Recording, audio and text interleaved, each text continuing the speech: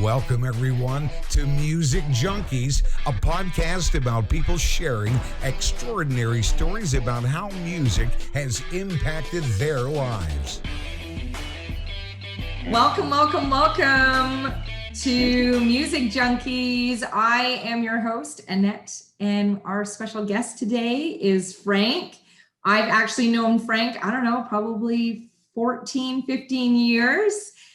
We work together, we have lots of fun. So I'm super excited, Frank, to have you on the podcast today. But before we get started, I just wanted to ask you, it took you a little bit to put the playlist together. I love your playlist, by the way. Love it. And it's so you, by the way. It's so you. Like I already could pick out the songs and bands or stuff like that, because I just knew when you sent it over. I was like, said to Tyler, I'm like, oh my God, this is so Frank. So I love that you agreed to do this tonight. I just want to hear how your process was. Like, I reached out to you. What did you kind of think?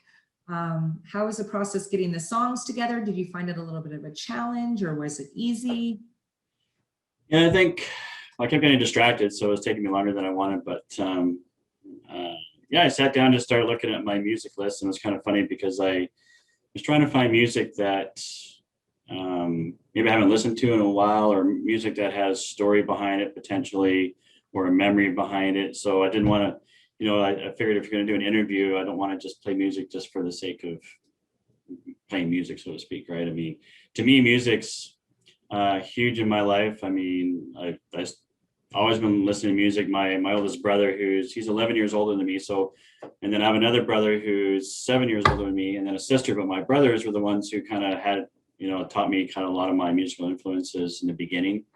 So, I mean, I couldn't put it on the playlist, but I've listened to everything from Anne Murray to, the Beach Boys to AC/DC to, Robert Plant, you name it, Pink Floyd. I used to sit there as a little kid when Pink Floyd came out and put the album on, right? And listen to Pink Floyd over and over and over again. I don't know why. And I don't know if you remember, there was even an album called The War of the Worlds. I know they did a movie of it. There was actually an album called The War of the Worlds. I used to sit there and listen to that too. But I've always been interested in music, love music, played the piano, took exams till grade 5, then got bored because wanted to play mainstream stuff, and I had a band and all kinds of fun stuff. So putting a list together was just trying to find stuff that really resonated, for really just to kind of talk about more than anything. Yeah. So love it. So I have to rewind. So you had a band. Yeah. So when I was playing piano a lot, right, but I've always loved the drums. So back when I was in grade 7, I tried out for the Calgary Roundup band's marching band, right? And I wanted to be the drummer, but I wasn't really good with the whole snare drum part of it. I like doing the tom-toms. But you had to be good at everything, right? So it's a little bit of a challenge, and so I took up trumpet instead, and so I did that in the marching band for a few years. But I still loved the drums. So when I was about, oh my goodness, age was I? 13, 14? I don't even know what age would have been. What age is grade 10? so somewhere is around there. 50. All right. Yeah. Somewhere is around there. A buddy of mine got together. He was a great piano player. I just loved the drums. So I bought myself a Pearl kit. I was a big Rush fan, but he uses Tama at the time. But I just loved the Pearl kits. It was a tiger skin Pearl kit, drum kit, right? 11-piece set. And I just started to learn how to play the drums. And so the two of us would get together in my basement, in my house, and we just started jamming. Right. And just started jamming. I built myself a little stage, put Christmas lights around and pretend we were, whatever, and just started making music. And then my friend Corey, who was the keyboardist, ended up moving to Woodbine. And then lo and behold, his neighbor across his like in the next yard over was actually a guitar player, and he knew a bass player. And so we all ended up getting together and formed a band, and came together pretty quickly. We wrote all of our own music, didn't do any covers or anything like that. And within a few months, we were already playing gigs all over Calgary. So this would have been back in 87, 88, I guess, somewhere around there. But by the time all that started to happen, so I guess by then I was in grade 11 or almost 12. But anyways, we played probably the house that I grew up in. I had this thing in my room, one of those kind of like, it's like drywall kind of thing. I wrote every single gig we did that year. I think we did 52 of them. And that's we awesome. first started playing for beer at the Westward Club downtown. What was your band name? It was called This Bicameral Mind. So Wow, it's hard to find. It's hard to find, but it's out there. You can search us up. But yeah, we had a lot of fun. And some of this music originated. When you get going, I'll tell you a little bit more about how all that went. But it was a blast. I was 17 years old playing in clubs and bars, underage. What inspired the name of the band? Our guitarist, he was a good student. He was in avionics, and he found these books. Between him and our bass player, his name was Michael McParlin. He went by Eddie Venture, and I guess it was a science book. It's funny because actually, when I was going through my albums the other day, I found a review that was done on us, and it talks specifically about how we got our name. Because I kind of knew about it, but I didn't know all the details, right? Because Mark was kind of the brainiac, but it's a two-chambered mind. The concept of whole thinking, two-chambered mind. So bicameral is something to do in a science book, biology book, and anyways, it came together as a two-chambered thing and a concept of whole thinking and all this so-called deep stuff, when you're, so it was kind of fun. And we had lots of names, but that was kind of an odd name, This Bicameral Mind, but it seemed to stick, and we had a pretty good following. So it was a lot of fun, but yeah, it was hard for people to remember. So yeah, for sure. Right? We went pro or something. Awesome. All right. So our first song for today, April Fool. Yeah, so that was a song by Chalk Circle, and again, kind of going back to the band. Of course, we were getting to be pretty good, trying to get record labels to look at us and go on tour, things like that. Back in the day when they had the Westin. What was that bar? That Western bar on Cloud Trail? I think they closed now, but it was Westford. It was Ranchman's. But there used to be the Uptown Downtown, which was like a sister bar to that place, right? Where the Bay was, and it was a big, huge bar. It's not there anymore, but we had a big contest there called the Labatt's Blue Live contest, right? And we were runners up to another band called I can't remember who they were now. We didn't like them very much.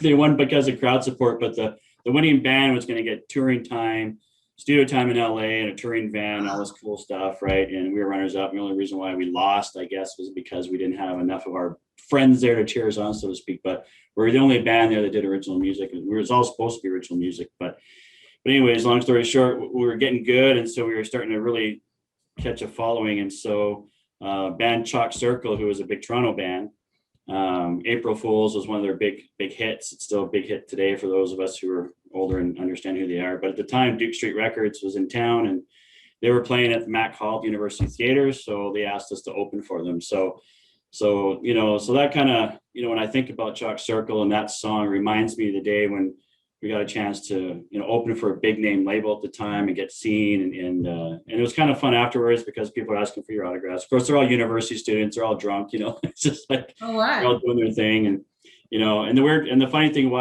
is I went to high school with a guy who was actually a bouncer at the university that night, and he was this big muscle guy, whatever. And so when we were done our set and hanging out with Chalk Circle before they went on, I went out the back and came in around the front again, and the guy's saying there, well, you can't come in unless you have your ticket, blah, blah, blah. And I go, wow, I was with the band, no big deal. I'm here, right? He goes, no. Like, he just didn't believe anything I was telling him. I thought I was feeding him all kinds of crap, right?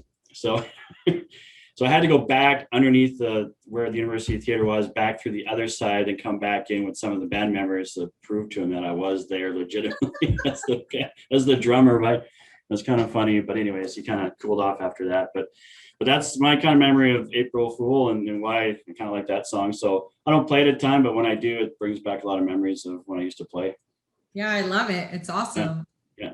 Really cool. So what did you growing up in high school, what were you like? It sounded like you were in a band. So were you really keen on just kind of doing that? Were you kind of a stage yourself kind of guy? What kind of guy were you growing up in high school?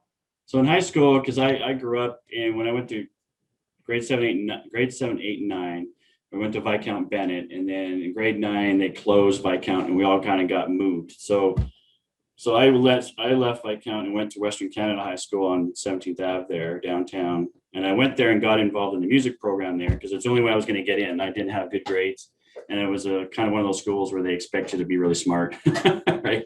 Of course, most of the kids there are from Mount Royal, and they're all drug addicts, right? But so it was a fun school to go to, but it was massive, right? It was huge, and so you got lost in the crowd really easily. So I just stuck to music pretty much, right? I kind of, I had a girlfriend on and off, and some friends of mine actually did come for the same reason to the music program, but I didn't really get to know anyone. It was a massive school, and so I just kind of stuck to myself, did my music, played with my band, and kind of did my thing, and so from that point on, I mean, I hung out with all the headbangers in those days. I mean, I was one of these neutral people. I wasn't a headbanger, I wasn't a druggie, I wasn't all these things. I just kind of was everybody's friend, you know what I mean? And so most of my friends were out of Ogden, right? They got bussed in from Ogden. And we used to cross the street and play like karate champ and foosball and everything. That's awesome. And so did you sleep with lots of girls in the bar industry because you were younger, right? So were lots of your girlfriends and the girls that picked you up when you were in the band older women? No, I just had a regular girlfriend for a while there, and when I was in the clubs and stuff, I wasn't really much of a drinker and all that kind of stuff until later on. Then I got stupid, but at the beginning I was just excited to be there. I had a lot of girls, would want to date you or one night stand you or whatever you want to call it, right? But I really wasn't into that. I just really was focused on, my band, my music, and just kind of hanging out and just having fun, right? And so I didn't really get involved too much, especially when we kept on playing after school was done. I just really didn't really get involved with women at all, right? But it would have been easy to. Would have been really easy. For sure it would. And this band, this next song, right? Obviously, Rush probably had their fair share for sure, right? Yeah, Rush. Which one are you gonna play? I don't know which one I gave you.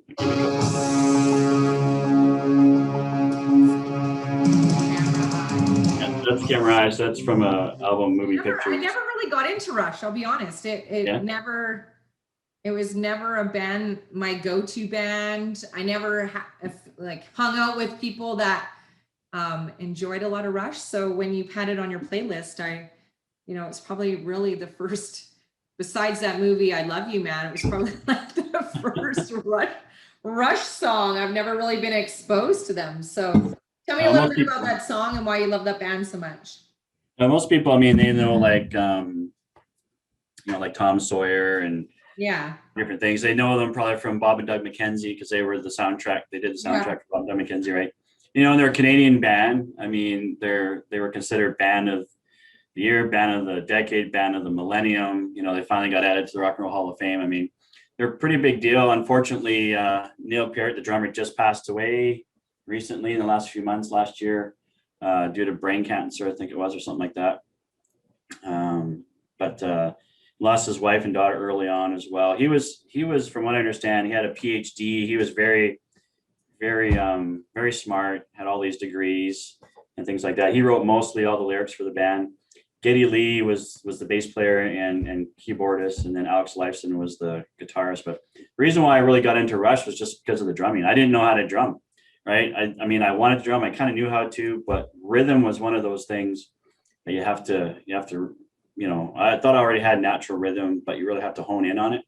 But that one song there, The Camera Eye, if you go through it, it's a long song, like it's 10, 12 minutes. A lot of them are in Rush, but it has a lot of specific drumming things and timings and different things. So I practiced on that song 1,000 times probably, right, to figure out how to do it and that and other ones. And so Rush was really for me the catalyst on how to really learn how to play drums.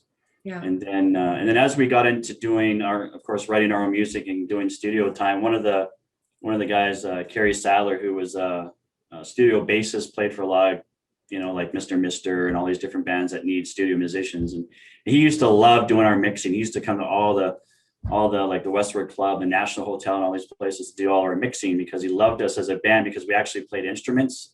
Yeah. It's not like a lot of stuff you hear today where it's just all computerized, right? But he loved that about us. And so he's always spent his time, and what he did for me, which really helped, was he put a metronome into my headphones. that to this day, even when I listen to everything, I can hear this metronome. And it's just because me and the bass player, if we're not like exactly in sync, the whole band can fall apart timing wise, right? And so whenever you listen to music, you think of the drummer and the bassist, and they do so much together, right? And that holds everything else together. And so that really, you know, all that stuff with Rush and everything really taught me how to really just kind of how to play and how to be good. I wasn't fantastic, but it was, you know, but it made sure that I was better than the average. Let's put it that way, right? So, and he Well, I was. have a Pearl kit downstairs that I haven't played in a long time, so maybe I'm gonna have to listen to some Rush. There you go. Get my rhythm back for sure. It's been a while. It's been around. What's your favorite concert that you've ever been to, Frank? Oh my gosh, been to so many. My favorite concert. Maybe one that stood out for you. I mean, there's so many good ones. Probably one of the ones that stood out was ZZ Top. Yeah. You know, most of the concerts, like it back in the day when you actually had to wait in line to get tickets. Me and my brother and all his buddies there, and we'd always be like the first ones in line, and then every one of us who got in line would buy 8 tickets because that was the max you could get. Yeah. So I went to probably 30, 40, 50 concerts, always front row, always within the first 3 rows. You know, Aerosmith, Boston, ZZ Top, Robert Plant, you name it, right? Yeah. So ZZ Top was pretty cool though, because we actually had we had front row seats. We also had backstage passes on that one, and they were kind of crazy, but I'm originally from Louisiana, and my brother Lionel, you know, he's older than me, so he remembers a lot better than I do. Yeah. It just so happened that the 2 ZZ Top guys with the beards, they were busy getting like high and stuff like that, right, behind the stage. But the drummer, who I believe his name was Frank as well, he was also a Louisiana kid, right? And so it was so funny because we're all kind of hanging out, and then there's my brother and the drummer from ZZ Top sitting back in the corner just jamming about Louisiana and kind of just talking about home and all this kind of stuff, right? So I thought that was just that's emotional.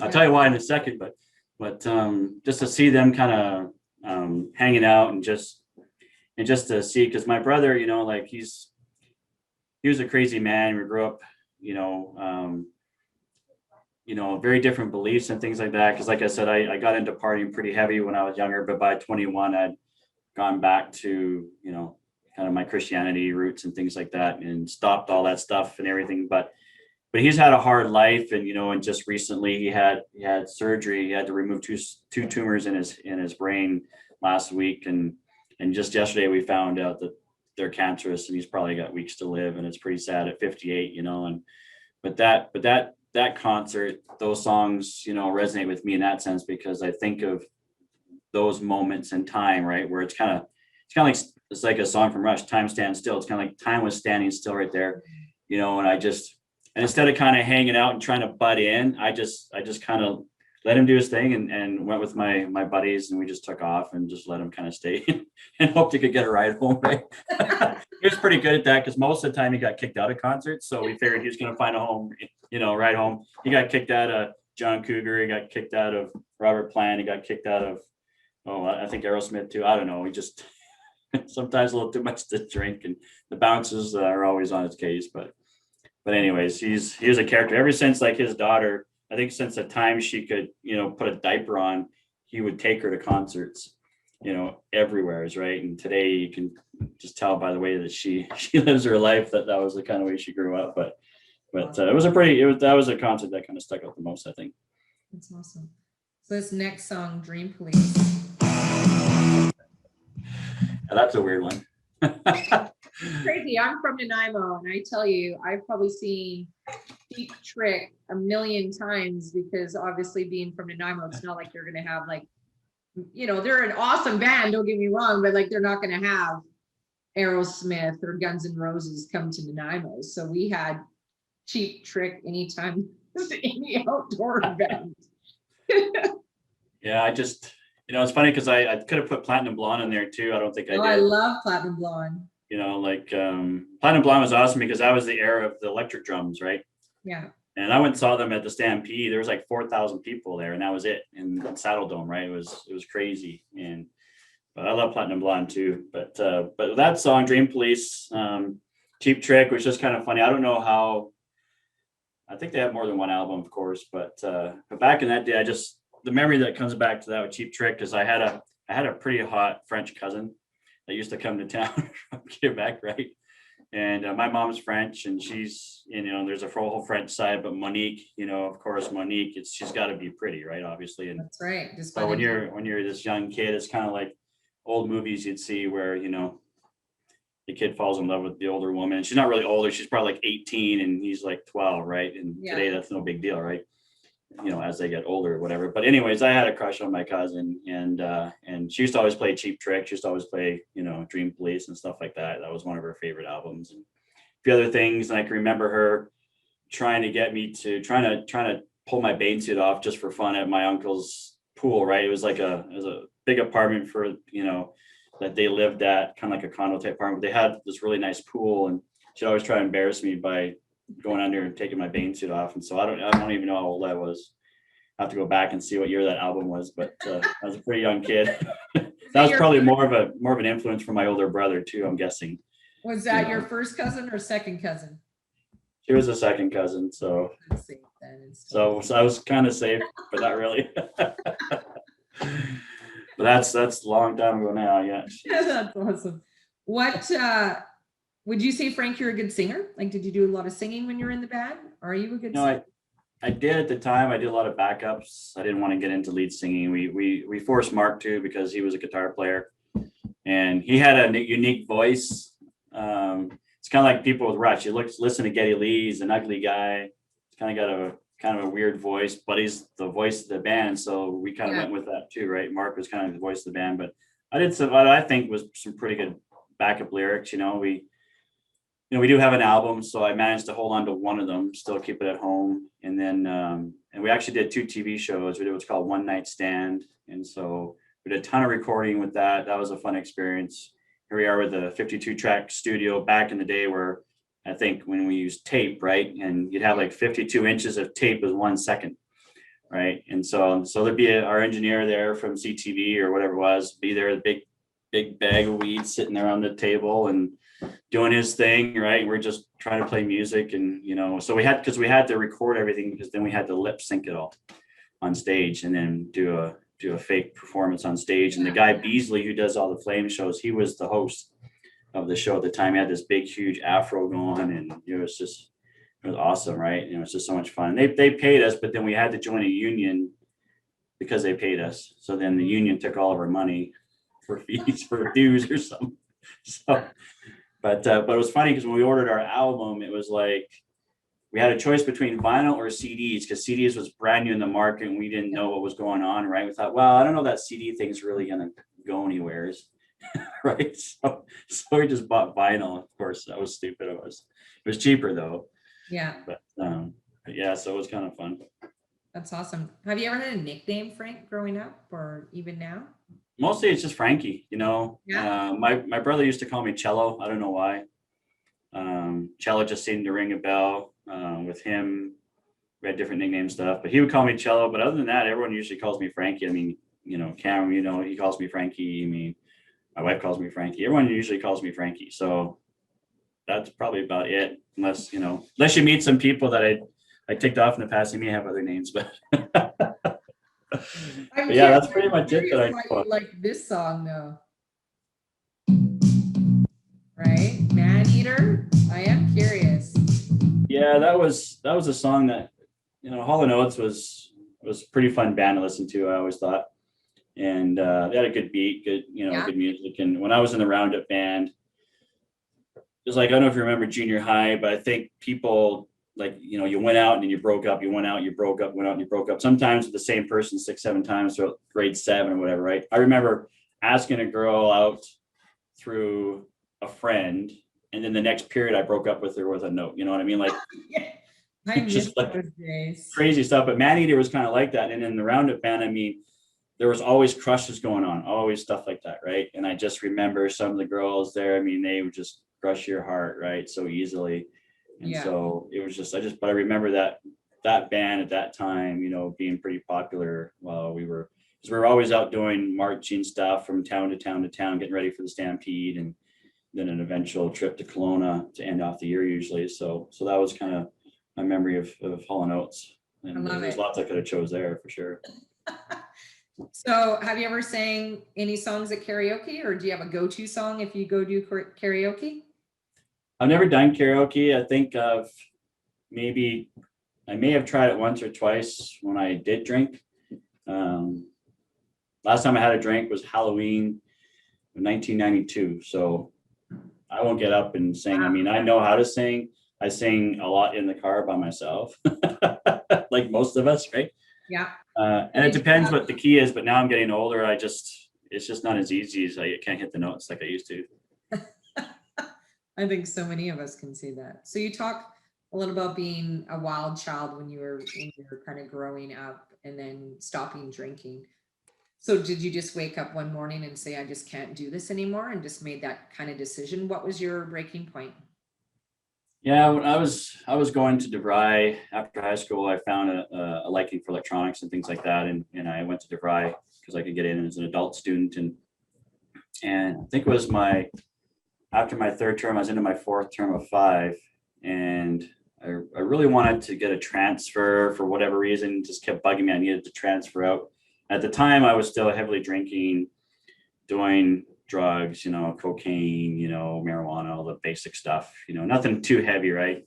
I mean, like heroin, all that crazy stuff, partying a lot, I think we used to play Risk on acid, stuff like that. So, I mean, that's when the players actually come alive. Don't ever do that stuff, right? You actually need acid when you play that game, because I think so. But yeah, I just needed a change, and finally, just before that term ended, I decided that I would ask again, because they said no. Because my program normally back in those days, if you took the technologist course instead of the technician course, you had to go to either Phoenix or somewhere else to get your degree done, because Canada didn't offer degrees; it was just diplomas. So, but at the time, once I told them I was a U.S. citizen, and they said, well, then that's different. You can go if you want to go. You go wherever you want. So I decided to go to Texas and take the school in Irving, Texas, home of the Cowboys, which is my favorite football team. Don't hold that against me, but that's my big NFL team. I love the Cowboys, probably more of the cheerleaders and the boys, but decided to go to Texas, and that's where I just decided that I had to get away from the crowd. I had to get away from the influence and everything. And sometimes you just got to remove yourself completely, right? Because I was the designated driver, even though I was probably drinking more than the other guys, and you get to a point in your life where you're just, you're buying time, right? Before you either kill someone or get killed. And so just before I left, actually, we went on a huge binger, my buddy and I. We played, what do you call it? That virtual golf or simulated golf, like all day drinking, right? And then went back to his place and bought more booze, and then went out to Electric Ave and closed the place. And then, of course, we only had 3 blocks to go, but of course we drove there. Yeah. And so as soon as I drove out, I drove right into a check stop, and that was license and $1,000 fine instantly, pretty much right there. So when I went to Texas, I didn't have my license. I was riding a bike, and I bought myself a brand new Kuwahara mountain bike at the time, really nice, top of the line.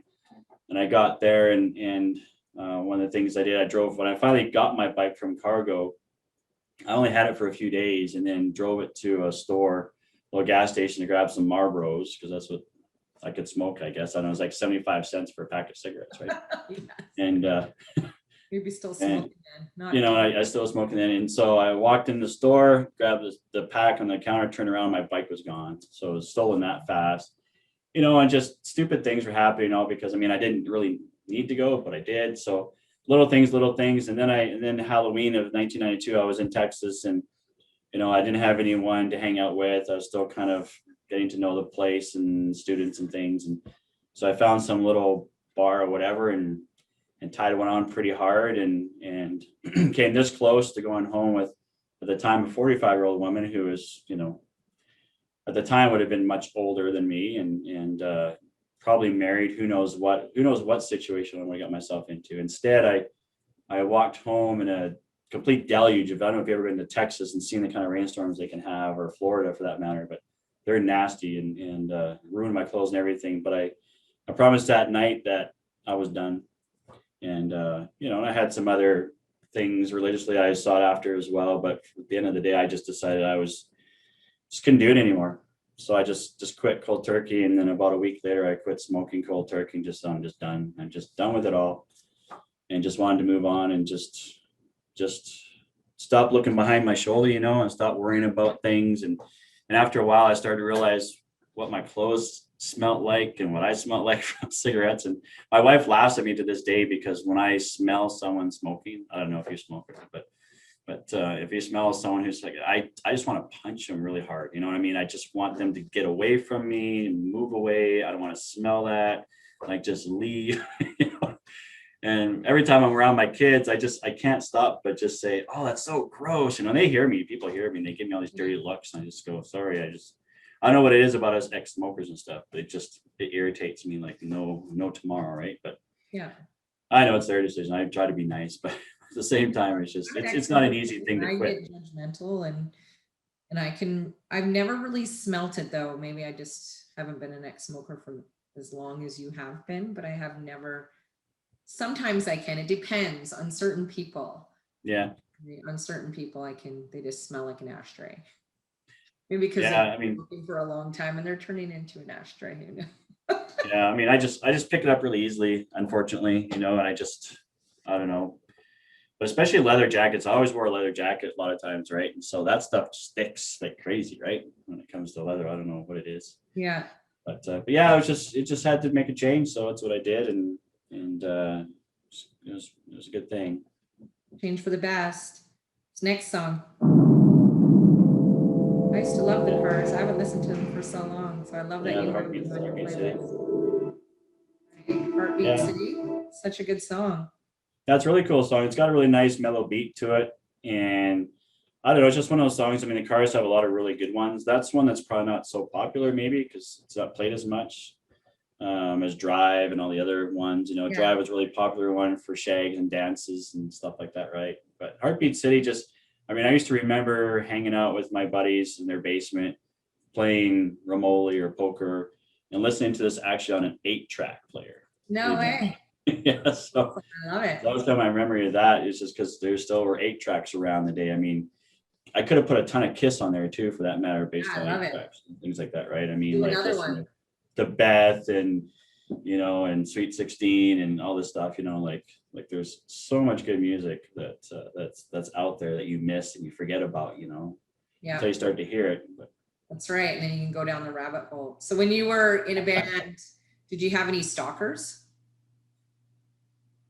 I had a couple. Not really. I don't know if you want to call it stalkers. I don't know. One girl stalked us, and then she stalked us so much that she started dating our bass player. I guess she didn't have a stalk. That was Paula. I think she really loved his hair. I mean, like, he was a pretty cool guy. He was 10 years older than most of us, right? I think he was an older guy. He had the connections. Like, he knew, like, we played at Bruno's Cafe on First Ave, or was it First Street, whatever, downtown. So he knew him and his record label. He knew all the connections, how to get us gigs, right? So, we played at the Westward Club, we played at the Beach Club or the Tiki downtown. Mm-hmm. We played University Hall, Mac Hall. We played at Marty's Cafe. Like, so many things. He's the one that got us on the TV shows. So he had all these connections and people he knew, and she just followed him around every single gig we did. In fact, there was a time where we used to play in Mark's garage in Woodbine. Of course, we used to have all the kids come around and listen to us, right? Hang out, because right behind his garage was a big park, and so they come listen to us. But Paula would always find us. She'd follow us around, and eventually then she ended up bringing one of her friends around, and then she really wanted to supposedly date me, but I don't know. I mean, she was really quite a attractive girl and everything else like that, but I don't know. It's just one of those things where I knew if I got hooked on a girl, then what happens if you like someone else or someone else likes you. It's one of those things where you see the problem with bands and stuff is that you don't really know what they like. Do they like you, or do they like the atmosphere and the band and the free kind of alcohol that comes with it sometimes, or the atmosphere, or just because when I used to go to the bars, it's like everyone loved everyone in the bars, but the next day, were they really your friends, or were they just because you're buying the beer kind of thing, right? So, Right. so I always worried about false friends and things like that. And I didn't want to get caught with some girl who, if we didn't make it, you know, she was bye-bye, you know what I mean, kind of thing. So I just kind of just tried to stay away. Like ever. I mean, I don't know. I thought I was a good-looking little kid, maybe. I don't know. I was a pretty innocent kid too, for the most part. So I don't know. Just kind of stayed to myself. I like girls, don't get me wrong, but it was just one of those things. I love it. This next song by REM.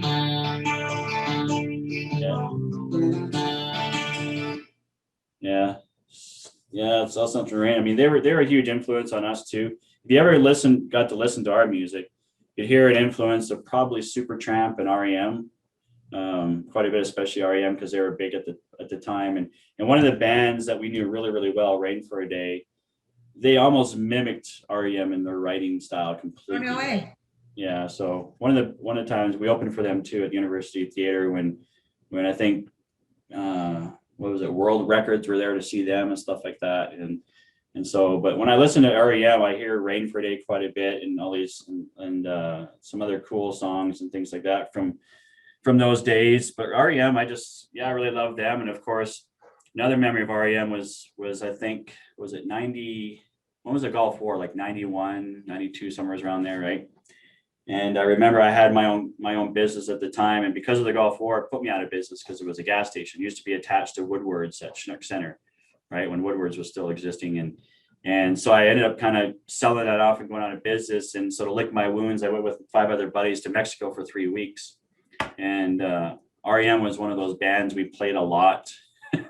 I just remember the night before we left, we were playing a whole bunch of REM and different songs and stuff like that. And I'm surprised we ever made it to the airport, to be honest with you. So it was kind of a fun memory that way. I love it. So what's the strangest thing you've ever bought? Strange ever? Ever, yeah. Well, I have no idea. Strange thing I've ever bought.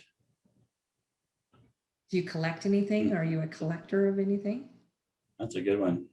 No. Not a collector? No, I don't really hold on to anything. I can help it. Me neither. I'm not a clutter person at all. I'm like, you know, it was funny when me and Tyler first met, and obviously meeting the parents and all this stuff. And I know probably a lot of parents wonder what to get their, you know, their son's girlfriend, right? Mm-hmm. So they found out that I like giraffes, but I'm not a clutter person. So it was like every birthday, every Christmas, I would get some giraffes, and it was cool. It was fine. But then then I was getting elephants and like rhinoceroses. And then I was saying to Tyler, listen, you have to talk to your family. Like I like, these are going to go into a box. Like, I can't have a bunch of clutter. I'm not a collector. Please tell them to stop buying me animals. I do not want a bunch of animals around my house. I'm good. Just like a gift card or, you know, a scarf. Yeah, I don't know as far as weird things I've ever bought, or just strangest thing, or. Yeah. Like, have you ever received a weird gift from anybody that you're like, okay, this is totally not my personality. I'm not quite sure why you would ever buy me this, but thank you very much. Oh, geez, to be honest with you, that's a crazy question. I don't want to use my pass on it, but I think it's just probably the weirdest thing I ever bought myself was an ear clip. I mean, back, I don't know when, you know, maybe during the year Empire Strikes Back used to come out, and used to still be Illusions arcades on Stephen Avenue Mall. And there used to be I think a skater shop there, or something called West Beach, I think, or something like that. Yeah. And it used to be able to buy reversible shorts. They had the best reversible shorts you could buy, right? That's awesome.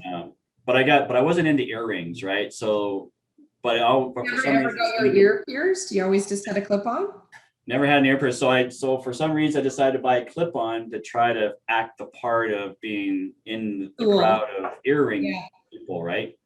And so that's what I did. I bought an ear clip, and then thought it was kind of weird, but I remember playing hacky sack downtown wearing this ear clip, and I remember almost getting beat up over it because someone came over and thought that was really stupid, ripped it off my ear, and wanted to kick my head in or something like that. I don't know. So I didn't wear it anymore after that. But That's crazy. yeah, but I don't know if that's considered weird or not. I don't know. Like, It's good. I'm sure I bought some weird stuff when I was in Mexico, but it never made it home. This is one of my favorite songs you have on here. Oh, really? That's funny. Tell me Wasn't sure if that was going to be like a cheesy choice or what, because No, I love it. I love I Corey. mean, and it's mixed really well, like at least from that version, because when I play it in my car, it actually sounds really good, right? Because I like the bass and everything. But Yeah. I remember that song brings up memory when I remember driving my sister to Idaho for Rick's college. So I would have been 14, because I remember when I turned 14, I would never let my mom drive ever again because she was a terrible driver. I mean, God love her, but I mean, she's turning 86 next month, and she just took her driver's test and passed again. I don't know what these people are doing to us, right? But 2 more years she gets to drive. She doesn't go very far. But yeah, we were driving our Ford Escort that died at Milk River. We lost the power steering at Milk River on the way out. And so the guy there tried to use leotards or something to fix the belt because the belt broke. So we ended up having to drive all the way there and back without power steering, which was no fun. And some of the canyon stuff we had to go through was a little treacherous without it. You just had to have it maintain a good speed so that you could steer well.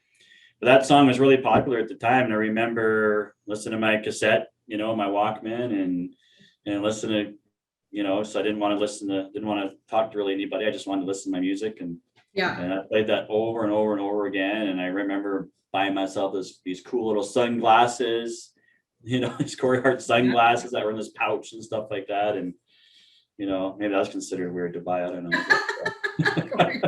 Because you can unfold them and everything and pull them back up. And they were awesome. They had a little leather pouch. I thought that was kind of fun. So we had one of our really good friends, Dave. He is obsessed with this song. And for years and years, it was like every single time we'd have a drink, he probably played that song 20 times, and he had a dance and all this stuff. So for Tyler's 40th, he actually moved to Houston, Texas, and we hadn't seen him really for like 5 or 6 years. So for Tyler's 40th, we went to Houston, and he flew there, and he was in the house when I rented this beautiful house, and he was in there. So when Tyler opened up the door, he was dressed as Hulk Hogan, because we used to have these costume parties all the time, and Dave was dressed up as Hulk Hogan. And right away, by 2 o'clock in the morning, we probably heard that song 85 times. Like, it just bringing back all the memories. We were all there. We all hadn't seen Dave in, like, some of us 10 years, right? So it's just so hilarious that he still had the exact same moves 10 years later to that song. That's awesome. He just loved that song. So funny. I love that song. It's a great song. So what is one or two of your pet peeves, Frank? Do you have any pet peeves? Something that somebody or people do that drive you crazy? Pet peeves, yeah, people don't know how to merge would be one of them. Okay, so you're an aggressive driver. Yeah, I am. I'm as you can tell, I'm a Mustang fanatic. I like fast cars. I like to go fast. I don't like people, especially when they're coming off of from the southeast. We just moved to Douglasdale, so now we're having to deal with that turn all the time. But when they come up from Anderson, I guess they'd be heading eastwards, and they come up that ramp. I mean, you got a lane like that goes on forever, yet people think they need to turn into the next lane as soon as they get up there. So they're not going up to speed. They're not doing anything. Causes everyone coming down the Deerfoot to slow down constantly. So one of my pet peeves is that, as you heard about the other one, people who smoke around me, right? Yeah. I just can't stand that. I think just stupid things, like most recent one, I don't even know if you call it a pet peeve or just an annoyance. Of course, the province wants everyone to get vaccinated. I got no problem with that. But why are you sending a card to everyone's household, wasting our money, to tell people to get vaccinated. You know, like I think waste is a big pet peeve of mine. Like just things that, you know, is unnecessary to do. Like people who break when there's no one in front of you. Yeah. No one in front of them, they break out of for no freaking reason. You just want to smash into them. That's I've said to Teller, I wish we just for one day could do whatever we wanted, and that's totally what I would do. I would just go and rear end people all day long and then just give them bricks of cash to get their car fixed, but just to allow me to go and do that, because we see so much of that for sure. This next artist, Bryan Adams, such a good tune. Again, for me, it's like a Nanaimo thing, right? Like we had Bryan Adams all the time. He would come to Nanaimo. Right? So we love Bryan Adams. Yeah, I really love Bryan Adams. I've always loved his music. My wife loves his music. There's a lot of good songs you can do things to with his music and things like that. Yeah. with your better half. But I think one of the things that really reminds me of Bryan Adams is years and years ago, geez, I don't even know how old I was at the time, but there was a concert that Bryan Adams was putting on at COP, and it wasn't getting the results I think he expected. I can't remember. There was quite a few other, artists that were coming as well. I don't remember who else was there that was coming up, but I mean, it was a pretty cool place to have a concert, right? You know, and a huge stage and everything else. So anyway, so all of a sudden it was announced that it was going to be free, right? Free concert. So of course we were already in anyways. And so we're definitely going there. And I just remember hanging out with friends and going up and down, because I mean, COP, I mean, it's a pretty big place to ski. Well, it's not a big place to ski really, but when there's no snow there, it's you can fit a lot of people there. So out of nowhere, all of a sudden you're seeing a lot of people showing up. And the bands are really good, but Bryan Adams, I mean, he was a trooper. He played all of his sets, and it started to just pour rain at the end, right? Just near the end. Yeah. And he was just giving her, right? Just giving her, and we're having a great old time, and just pouring rain. And so finally the concert ends. And of course, I remember running to my brother's. He had a 4-wheel drive Nissan of some sort, whatever, that he used to use for work and stuff. And so, of course, because of the rain was coming down so hard, that whole area near COP and on Starcy Trail was completely flooded, right? Up to the point where people were having to abandon their cars to save their lives. I mean, it was terrible, right? And so I remember, so he decided, smart guy, well, I'm going to go off into the side of the ditch and bypass everyone. And of course, in the process of doing that, totally destroyed one of his front axles because he hit a rock or who knows what, because we couldn't see much in the rain. And so all of a sudden his steering wheel was straight, and all of a sudden he had to look like this in order to go straight. And so he had a little bit of work to do on his truck. But I just remember Bryan Adams putting on a fantastic show, for us for free. And I just thought that was pretty awesome. He was such a great artist anyways, but he has great music for sure. So how long have you and your wife been married? It'll be 25 years this December. Wow. How long have you guys been together? Well, we've known each other 25 years as of this month, technically, I guess you could say. And we started, we were both on missions for our church. So we both came back from those in May of 1996. And within 3 months, we were engaged. Wow, you're fast. Yeah, well, I was, we got married December 23rd. And I turned 27 December 24th. So I wasn't a spring chicken anymore either. So if you could describe your spouse in one word, what would that word be? Incredible. Yeah. Beautiful. Whatever. Yeah, she's awesome for sure. She is an awesome lady. If you could be any female artist, Frank, who would you be and why? The female artist. Yeah. I don't know too many female artists. I know, I love Heart. I don't know their names. I love Fleetwood Mac, with Stevie Nicks, right? And I think with her probably the most, just because she just has such a voice that is defining. I agree. Defining. Amazing. I haven't bought an LP forever. It's been so long. And I just actually went and bought a Fleetwood Mac LP. Like I was just like, and me and Tyler opened up a bottle of wine. We sat downstairs, put it on the record. And I'm like, oh my God, it's just like the sound. And I just miss that sound. I had a record player growing up and I just miss that sound. And it was awesome. Yeah, Fleetwood Mac was one of the concerts I went to, front row, and they were awesome. Yeah. I saw them twice. Yeah, they were a pretty incredible band. And yeah, she's distinct for sure. Yeah. This next song, Boston, right? Foreplay, long time. That's a nice 5-minute intro. They have that foreplay in there. Too funny. I love foreplay. The song, I mean. Yeah. But, it is like a 5-minute intro, so it is a good song though. Yeah, I love the band Boston, especially that album. Well, Amanda was a really good album too, but I remember going to their concert, and it was the Amanda, I think, when they released Amanda, because they didn't release a lot of music, but what they did was awesome. And when Amanda came out, it was pretty popular, but I remember on the stage, the entire stage was this massive pipe organ. Like it was massive, right? And when they started to play that thing, like I get chills even now just thinking of the music, right? Because it was so incredible.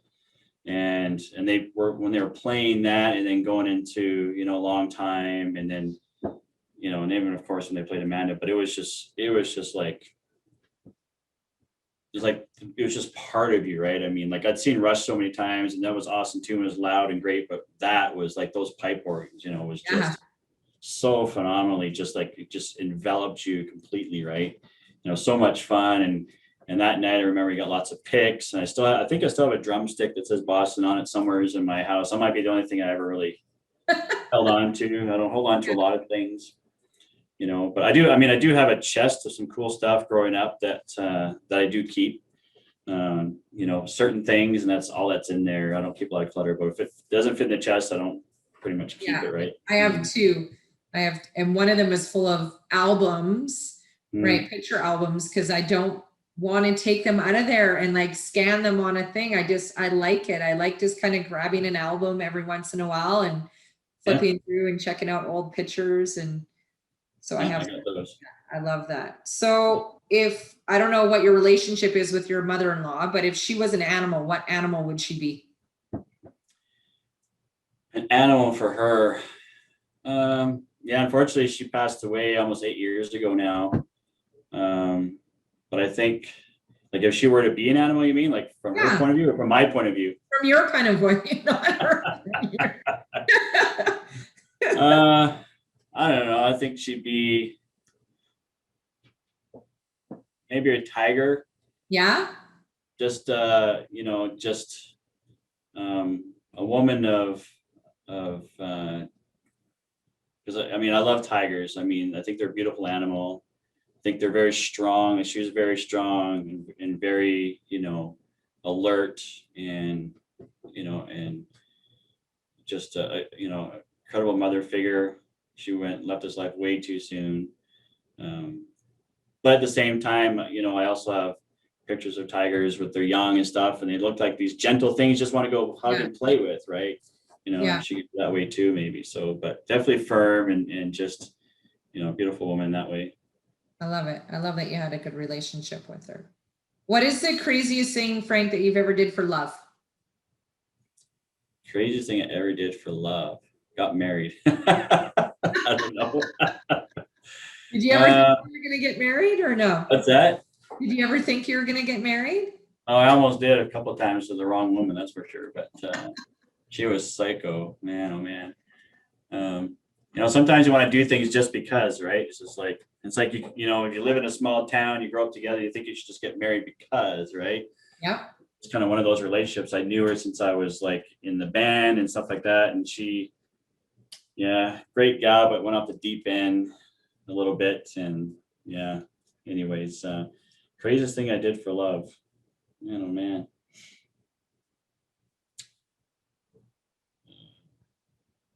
Your crazy might be not as crazy as somebody else's crazy, but maybe you went out of your way for something to show appreciation, did something elaborate. Maybe you need to, Frank, if you can't think of anything. I don't know. I mean, like when Tara and I, started dating and got together, it was pretty quick that we knew we wanted to be together. It didn't take a whole lot to realize that and to come together and to get engaged and get married. I mean, the craziest thing I ever did for love. Ugh. I didn't really have to do anything crazy for her, you know what I mean? Like I didn't have to really go out of my way. And she hasn't really made me do anything crazy since then, except Take out the trash. Do the dishes. That's a tough one. It's a blue job. You're gonna have to think about me now. Maybe like crazy. Yeah, maybe for something. Maybe when I was a lot younger, when I thought I was in love, I remember when I was this other same girl who I thought I might marry one day. It's not even crazy though. I don't even know. I mean, I don't even know. I have to pass on that one, I guess, because I don't really have anything fun or exciting I could say, really. Okay. I mean, like having to hang out with their parents is probably because they were psycho parents, right? It's all good. This next song, I love this band. Genesis, such a good band. Yeah, which one's that? Tonight. I think I wasn't sure if I gave you that one or Mama, but Genesis, I remember when I was in the Roundup band, one of the trips we always took at the end of the year was to go to Kelowna and just kind of veg out, right? We used to go to West Bank. All that stuff's gone now. We used to have Wet and Wild and all that stuff, right? And used to just love the water slides. We go to the regatta and we just chill for a few days, right? Because we still had to kind of do all the marching stuff. And after Stampede was done, it was like literally the last day of Stampede.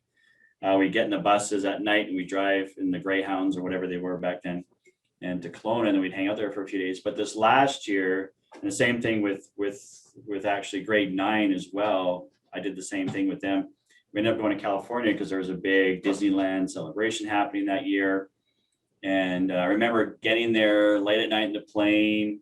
Everyone's just like hot and sweaty and everything. And back in the day, I took with me what I was allowed to call back then, like call them a boom box now, I guess you could say, right? There's other names you're not supposed to use anymore, right? But big, huge boom box. I think it took like 10 D-cell batteries or 12 D-cell batteries, right? I love it. And of course you could play it in, but I just remember everyone was just kind of, I don't know, being a little bit dull. So I just decided to get it out, put it in the front of the bus and threw in Genesis and cranked that sucker. And we had a blast listening to Genesis. That's awesome. And to get us to our destination. But things you could do back then, I don't think teachers would let you do that now or anything, right? So I loved when we were even in elementary and carrying our boombox on our shoulder and walking around the school for recess and lunch, and you were always like the coolest if you had the most kids around you with your boombox. I love it. So this is the last song, Frank. Last song. It's crazy to think time flies so fast, but this is like one of, like, I love this song, but Tyler loves this song too. Oh, you gonna take me home tonight. Okay, some Queen, Fat Bottom Girls. So is there like an underlying message there, or what's your story by that? I think I gave you the whole album on that one. You did, so I had to pick the song. So you like that song? No, that was a good song. So Queen, I love Queen. I think they're awesome. I wished Freddie Mercury didn't have to die so soon, but it was, and they have a really neat story themselves, right? When it comes to rock and roll and wondering if they're going to make it and all those types of things. But when I was living in Texas, so when I had moved to Texas and ended up losing my bike, of course I had to learn the bus routes to everywhere as I had to go. And going from Irving to Dallas, you're actually in Greyhounds and stuff. But I literally bought that tape and had my Walkman, right? And I just, it was one of those things. I was making changes in life, and there was other music I was listening to, but there was a lot of things that I just needed to drown out of my system. Yep. And for some reason that album resonated with me, and especially like Radio Gaga and, you know, a few other ones on there for some reason. But I just listened to it over and over and over again when I was riding in the buses and stuff. And I don't know what it's like today. Maybe it's the same, maybe it's not. But I was literally the only white guy that rode buses. You know, like I remember going downtown.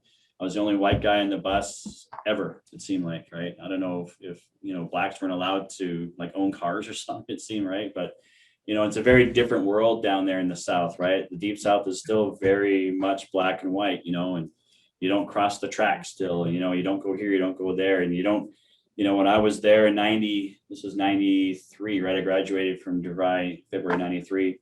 And you go downtown, you better be on the bus at 7 o'clock because there's no more buses after that. And everything's closed off, wired in, shut down. And, you know, and I would get called all kinds of names and stuff like that, right? You know, and it was crazy. But I just remember Queen being such a big part of that experience for me because it was my last semester. I had to graduate to get my degree. All the pressure was on me down there being by myself and wanting to make changes and finish my degree and get all this stuff done. Because I mean, it was cost me $5,000 US back then just to finish one semester, right? And so, but Queen was just one of those bands that just at the time was just kind of my buddy, right? Just kind of always there. And I listened to it and I just loved the music. And I put the whole album down because there wasn't really one song I could just pick, right? And so what one that you picked, there was no specific reason for that one, but there's definitely, you know, like especially you know, some of the songs on there, you know, just you know, The Show Must Go On, you know, I love that song, you know, and I think a lot of it had to do too with the guy who was, you know, losing his life, you know what I mean? The guy who knew that his time was coming to an end at some point, right? And so you can really hear it in his music. And I like music like that. I like music with meaning and purpose and things like that. And I'm not a big pop person for the most part, but you know, I think most of the songs I hope that I listen to, and you know, some people think I have really strange taste because I go from one extreme to the other. You know, like Fields of Gold by Sting is a really awesome song. I can listen to that a million times, right? I think Or I can, have a you know, wide variety of music. I think it's so important. I find if people are just liking pop or just liking rap, I feel like they're just missing out on it's like I'm just gonna go to Canmore. That's how I look at it. Not gonna go anywhere else. It's like you're not experiencing the world and other cultures and other music. And so last question, Frank, what would be one piece of advice that you would give your 30-year-old self right now? And maybe like some advice to somebody else, maybe with everything that you've kind of went through, you know, growing up, addiction, quitting, punching people in the face who smoke, you know, all those types of things. You know what, I just think, I think if I was to talk to someone who was that age, I mean, I remember starting in this business when I was 32, had a couple young kids. And, you know, I think for the most part, I think just,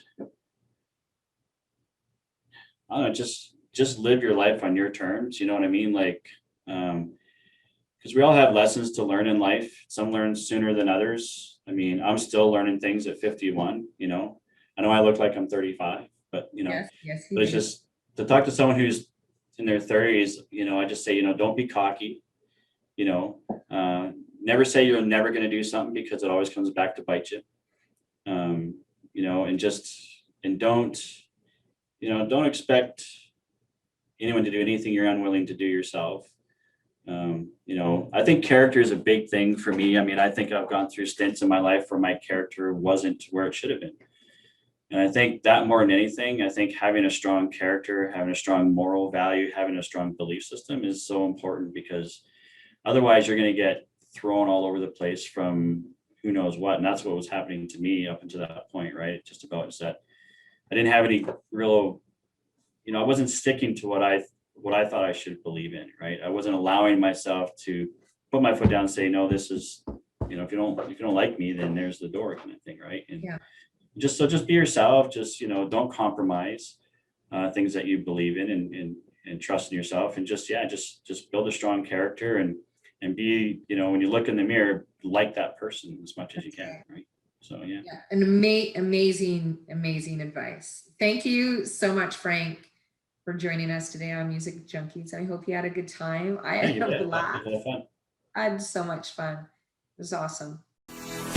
Welcome, everyone, to Music Junkies, a podcast about people sharing extraordinary stories about how music has impacted their lives.